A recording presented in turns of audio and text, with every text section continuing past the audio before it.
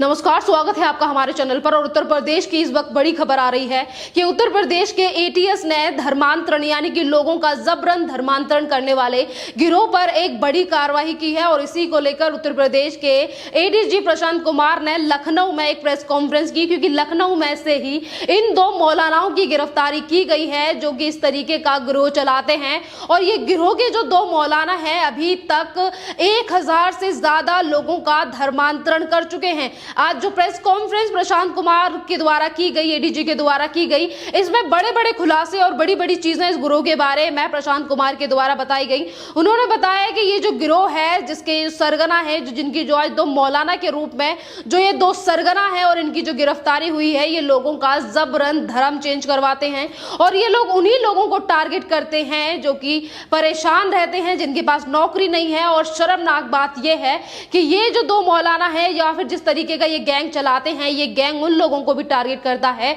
जो बोल नहीं सकते या फिर जो डम्ब एंड डीफ हैं, उन लोगों को भी ये लोग टारगेट करते हैं धर्म चेंज करने पर। एडीजी प्रशांत कुमार ने ये भी बताया कि जिस तरीके से ये गिरोह काम करता है और 1000 लोगों की लिस्ट उत्तर प्रदेश की पुलिस यानी कि एटीएस टीम के पास है कि किस तरीके से इस गिरोह ने 1000 से ज्यादा लोगों का धर्म चेंज किया है। ऐसे लोगों को निशाने पर लेकर आना और इस ऐसे लोगों को बरगलाना और उसके बाद मुसलमान उन्हें बना देना। और यहाँ पर एक और बड़ा खुलासा ये भी हुआ है कि ये महिलाओं का धर्म चेंज करवाने के साथ साथ उन महिलाओं की शादियां भी मुस्लिम युवकों से कराते हैं कि आगे चल के कोई समस्या ना हो। तो आप देख सकते हैं कि जो बड़ा कारोबार और जो बड़ा गैंग चल रहा था उत्तर प्रदेश और उनकी गिरफ्तारी एक एक करके जिस तरीके से हो रही है, वैसे ये आम बात हो गई है क्योंकि हमें लगातार एक दो मामले, इक्का दुक्का मामले रोज सामने आते रहते हैं। पर एक बड़ी कार्रवाई उत्तर प्रदेश के एटीएस की तरफ से की गई है कि 1000 धर्मांतरण करा चुके हैं ये दो मौलवी, जिनकी आज गिरफ्तारी लखनऊ से की गई है।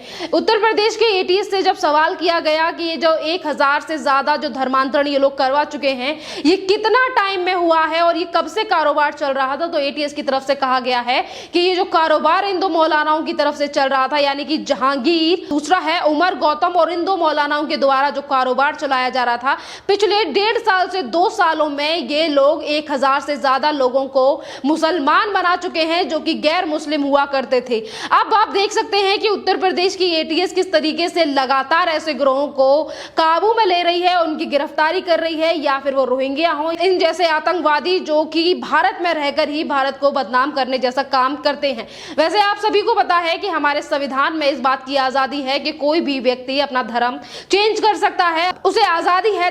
संविधान के अनुसार कि वो अपना धर्म चेंज कर सकता है। पर यहाँ पर जो संगठन चलाए जा रहे हैं करके ये एक संगठन है जिसके ये दो मौलाना जिनकी गिरफ्तारी एटीएस की तरफ से की गई है। बड़ी बात यह है कि अभी कितनी और गिरफ्तारी हैं जो इस मामले में होने वाली हैं, क्योंकि अगर हम 1000 लोगों की बात करें तो 1000 आदमियों को और औरतों को जिस तरीके से इन लोगों ने धर्मांतरण करवाया है उन लोगों का, ये दो अकेले मौलाना इतनी बड़ी वारदात को अंजाम नहीं दे सकते। और एटीएस ने अभी इनसे पूछताछ करना शुरू ही हुई है। आगे आगे देखिए कि कितने और बड़े नाम इसमें निकल कर आएंगे और जो जितना गोरख धंधा जो इनका भारत में चलता है उसके कितने बड़े और भंडाफोड़ होते हैं। एक और बड़ी बात यहाँ पर यह है कि ये जो संस्था चलाई जा रही थी ये सबसे ज्यादा खतरनाक है हमारे देश के लिए। इस तरीके की संस्थाएं कि पहले तो लोगों का जबरन धर्म चेंज किया जाता है, सिर्फ उन्हें मजबूरी या फिर उनके ऊपर दबाव बनाकर महिलाओं के ऊपर दबाव बनाया जाता है कि ये लीजिए आपके पास काम नहीं है, आपको पैसे दिए जाएंगे और इसके चलते आप मुसलमान बन जाइए। एक धर्म यानी कि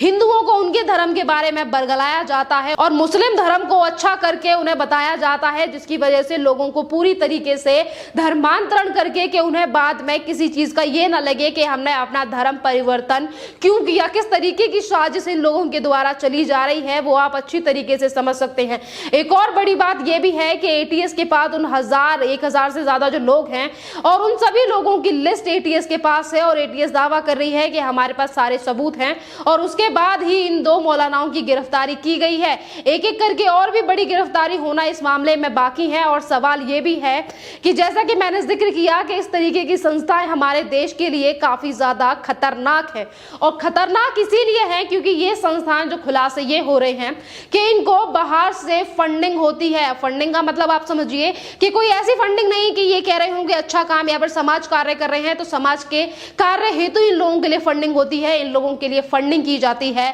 पाकिस्तान यानी कि भिखारी देश की तरफ से, और ISI की तरफ से इन लोगों को चंदा दिया जाता है, पैसा दिया जाता है कि जाओ और भारत में अराजकता फैलाओ। इन सारी चीजों को फंडिंग दी जा रही थी, लॉजिस्टिक की भी इन लोगों को सुविधाएं इन सारी चीजों में दी जा रही थी, जिसका खुलासा आज उत्तर प्रदेश की ATS के द्वारा हुआ है। अब आपको पूरा मामला बताते हैं कि ये क्या है। 3 जून का ये मामला है, जिस टाइम पे गाजियाबाद में एक मंदिर है, देवी डासना का मंदिर है, जिसमें महंत है यति नरसिंहानंद सरस्वती, और उन्हीं को मारने के लिए 2 व्यक्ति मंदिर में घुसने का प्रवेश कर रहे थे। जिस टाइम पे उनकी गिरफ्तारी हुई और जब उनसे पूछताछ की गई तो एक ने अपना नाम बताया था विपुल और दूसरे का नाम था काशिफ। और जब इनसे पूछताछ की गई तो यहाँ पर एक और बड़ी बात है कि काशिफ का साला ही था विपुल, और विपुल ने शादी की थी काशिफ की बहन से, और जिसके बाद विपुल ने अपना धर्म चेंज कर लिया और इसके बाद ये दोनों मारने के लिए पहुंच जाते हैं महंत यति नरसिंहानंद को।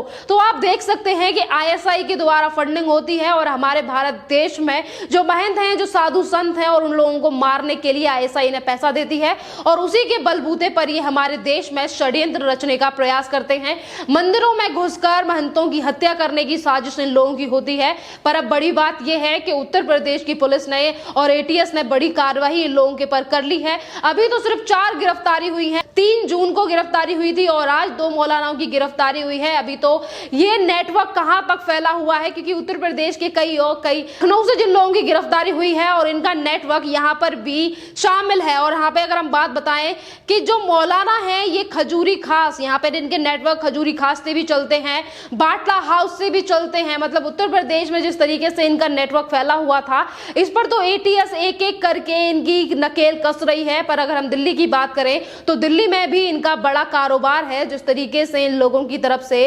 खुलासे हो रहे हैं। भारत में रहने के बावजूद ही जिस तरीके की चीजें ये कर रहे हैं वो काफी ज्यादा शर्मनाक है। और शर्मनाक ये बात भी है कि जैसे मैंने पहले आपके सामने जिक्र किया कि ये संस्था है जो एक तरफ ये कहते हैं समाज सेवा का काम कर रहे हैं, और आज 2 मौलानाओं की जिनकी गिरफ्तारी हुई है, इनके द्वारा ये भी नई चीजें निकलकर सामने आई है कि ये बच्चों को टारगेट करते हैं, उन लोगों को टारगेट करते हैं जिनके पास नौकरियां नहीं होती, और जो लड़कियां होती हैं और जिनका धर्म परिवर्तन करवा के मुस्लिम युवकों से शादी करवा देते हैं, और फिर साल में एक ऐसा आयोजन करते हैं, एक पार्टी करते हैं जहां पर धर्म के बदले हुए लोगों को बुलाया जाता है। जिन लोगों ने अपना धर्म चेंज कर लिया है, जो गैर मुस्लिम से मुस्लिम हो चुके हैं, उनको पार्टी में बुलाया जाता है और ये कहा जाता है कि ये हैं रोल मॉडल, आज इनकी जिंदगी देखिए, आज इनके पास कितना पैसा है। तो इसी तरीके से ये दूसरे लोगों को भी लालच देने का काम करते हैं कि आइए और आप भी, अगर आप हिंदू हैं या फिर आप किसी और समाज से आते हैं, किसी और धर्म से हैं,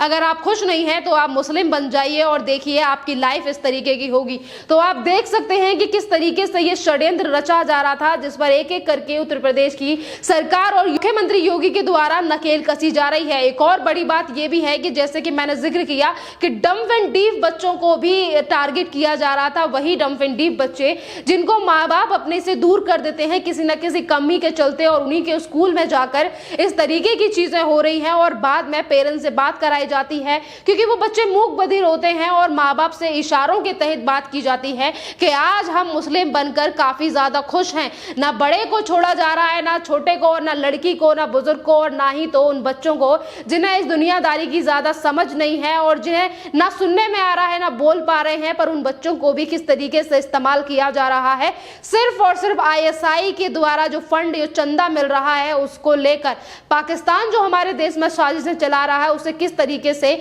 हमारे देश में रहने वाले लोग ही आगे बढ़ा रहे हैं, ये काफी ज्यादा शर्मनाक है। और अब ATS एक एक करके इन सारे लोगों पर नकेल कस रही है। बात करते हैं उत्तर प्रदेश से ही और भी ज्यादा जो खबरें हैं कि ये जिस तरीके से एक तरफ धर्म चेंज किया जा रहा है तो दूसरी तरफ मुसलमानों की तरफ से ही विक्टिम कार्ड खेलने की कोशिश की जा रही है, कुछ ऐसे ही मौलानाओं की तरफ से। अब बात करते हैं कि धर्मांतरण को लेकर एक के बाद एक नए केस हमारे देश में निकल कर आ रहे हैं, पर अगर पॉलिटिकल पार्टियों से इन सारी चीजों को लेकर बयानबाजी की जाए या फिर राहुल गांधी या फिर तमाम ऐसे नेताओं से इन पर जवाबदेही मांगी जाए तो किसी के पास भी कोई जवाब नहीं होगा कि किस तरीके से पाकिस्तान का ISI हमारे देश में आतंकवादी गतिविधियों को करने के लिए यहाँ पर फंडिंग करता है। अगर उत्तर प्रदेश की ATS की तरफ से इस पर एक्शन लिया जा रहा है तो वो दिन दूर भी नहीं है कि स्वरा भास्कर, राहुल गांधी, प्रियंका वाड्रा या फिर तमाम ऐसे ही और पत्रकार या फिर इस तरीके के पॉलिटिशियन जो हैं वो अगर ट्वीट करेंगे कि 2 मौलानाओं की इसीलिए गिरफ्तार कर लिया क्योंकि वो तो समाज सेवा कर रहे थे, ऐसे वो दिन दूर नहीं है और ऐसी चीजें करते भी हैं। हमने काफी बार देखा है सोशल मीडिया पर इन सारी चीजों को